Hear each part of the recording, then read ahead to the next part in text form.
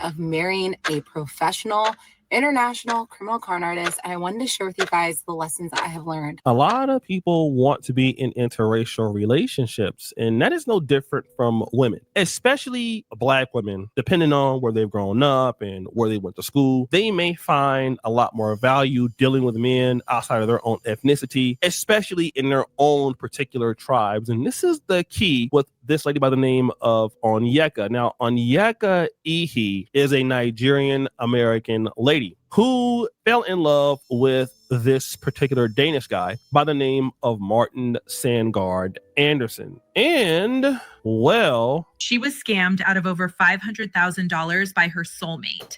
And she shared this story on TikTok, calling it the Danish deception. It all started in 2022 when Onyeka Ehi met this tall, charming, I have royal ties Danish guy at a beach club in Croatia. Instant chemistry. He flew her to Monaco, paid for luxury hotels, took her to Saint-Tropez. The whole fairy tale. She fell hard, told him she loved him. He said it back. And then that's when things got dark because suddenly his millions were tied up.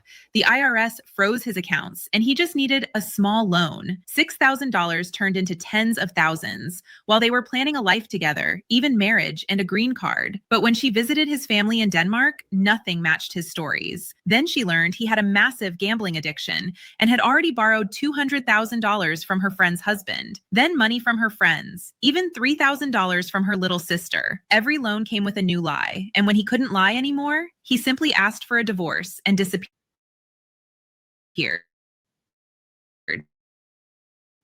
Only after he left did she realize the full scale of the cheating, gambling, manipulation, and the $300,000 or picture. But the internet did what the internet does, and they found him. Now this guy scammed her. I mean, first of all, shout out to Ashed Duke Jackson, right? This is his video.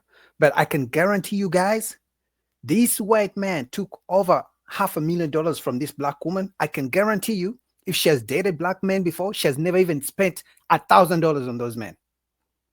I'm going to say it again. I can guarantee you this woman has never spent even $1,000 on all the Black men she has dated prior to getting this white man. It's like they have, so they don't want to submit to Black men, but when they get a white man, they quickly submit. The double standards are crazy. As you've heard, for over $500,000. And also people in her family. He claimed to be a real estate mogul in a family. And this man has been doing this with a lot of women. And of course, she is now out here telling everybody about it. Hey guys. So I wanted to provide some clarity on my most recent post. So this account that I'm currently posting on right now actually used to be a couples account that I had with my ex, and we would do fun videos. We are no longer together. We haven't been together for the past month. Whatever crazy thing you guys could imagine that happened, just know it is worse. So the channel that she had was basically a couples channel. This is interesting because she was excited to have this man. She was excited that, you know, she found the love of her life and she wanted everybody to know about it. The whole time she was, well, but, and now she has motives. Wanted to touch on the reasons why I decided to share my story. Obviously, I did touch on this in the introduction disclaimer video. The first reason being love is a part. First of all, do you guys see how she's smiling? This is a woman who just lost thousands and thousands of dollars to a man, to a white man, but she's smiling. I can guarantee you, if it was a Black man who scammed that woman, it would be all over the internet. It would be Black man this, Black man that. She wouldn't be smiling. He probably would be in jail, but I can guarantee you she's going to do nothing about it. She's not going to take him to jail. And I can guarantee you, if she starts dating Black men again, she would never, ever spend that money on Black men. Because a Black man will simply say, baby, can you give me $5,000? I'm trying to start a business. She's going to be like, no, a real man provides. You should be a provider. I'm not going 50-50 with you. You're sassy, you gay. How dare you ask a woman for money? But she lost thousands and thousands of dollars on a white man. Now she's going to blame Black men in the future. What?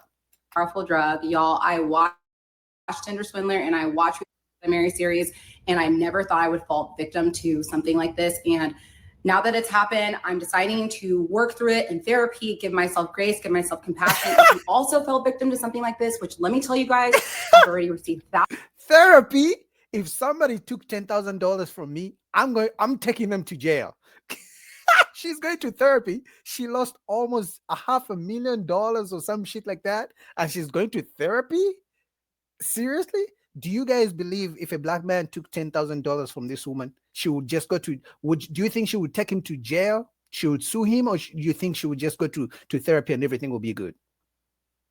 Thousands of messages of other victims.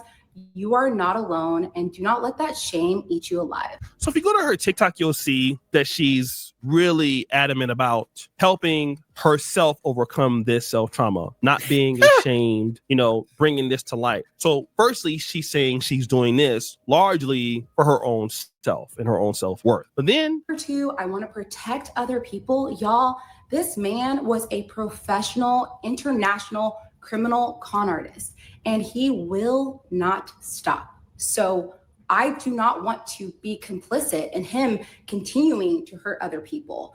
And obviously, I know that I'm going to fall under scrutiny, and that's okay. I really don't care, but I'm just happy that I can do my part to protect other people. now she does not want to be complicit by allowing this man to do this to other people. This is what she's also saying. She doesn't want this to happen to somebody else. All right. And again, if you listen to this lady, I don't want to be judgmental, but she is not using what I would consider AAVE or what somebody else would consider AAVE, African American vernacular English. So this leads me to believe that she has a neutral accent. She's from the Texas area. So it leads me to believe that this lady, if I were to close my eyes and listen to her articulate herself, I would assume that she was white. So this means that she probably came from a very well-to-do family. I mean, she's been going places like Croatia, probably descends from successful Nigerian Americans. Again, if you have $500,000 before the age of 31, you're doing very well. Okay. So being closer to whiteness is probably how she's grown up. She's probably grown up going to school with a lot of whites, identifying with whites, and has no problem, obviously, with interracial marriages. And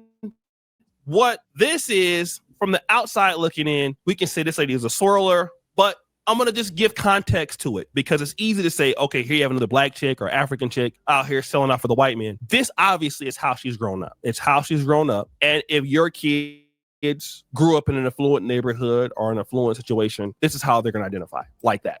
I don't think it matters. I don't think it matters. And I mean, I kind of agree with O'Shea, but I don't think it matters how she grew up. We know if this was a black man who took her money, he would be in jail. We know that she's going to try to date another white man and she's not going to complain, right? Because usually when a black woman dates a black man and he does something she doesn't like and the relationship ends, it's going to be all black men are bad. All black men are this and that. Oh my God, black men are not providers. Black men are sassy. Like they paint the picture like black men are this and that, right? But for the white man, not one time has she come out to say white men are this, white men are bad, white men are thieves, white men steal money from women, white men are not providers. I can guarantee you she's going to go on and try to date another white man and she's never going to even complain again, right? But if it was a black man who did the same thing, it would be crazy. Right?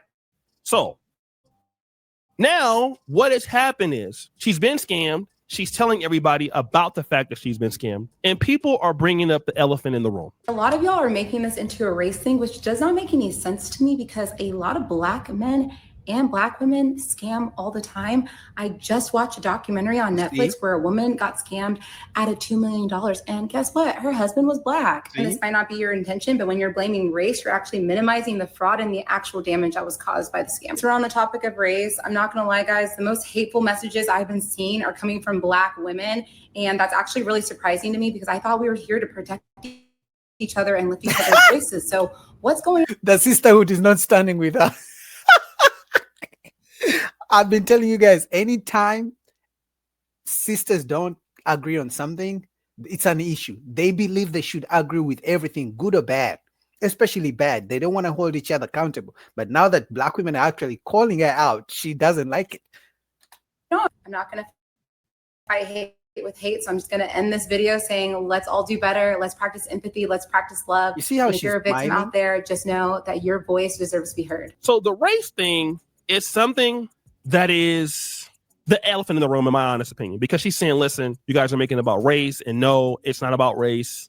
Anybody can get scammed. But the reality is, in my honest estimation, the fact that you were in Croatia, it's not like you met this man in Nigeria, okay? I can tell you, I lived in Poland, and the only reason why I was there in Poland because I was in medical school. I never once thought about going to Croatia. So the fact that you felt comfortable going to Croatia leads me to believe that you're very comfortable in Europe, and you're very comfortable meeting a man from Europe. That's what it makes me believe. And also, you're the kind of lady, because of the way that she speaks.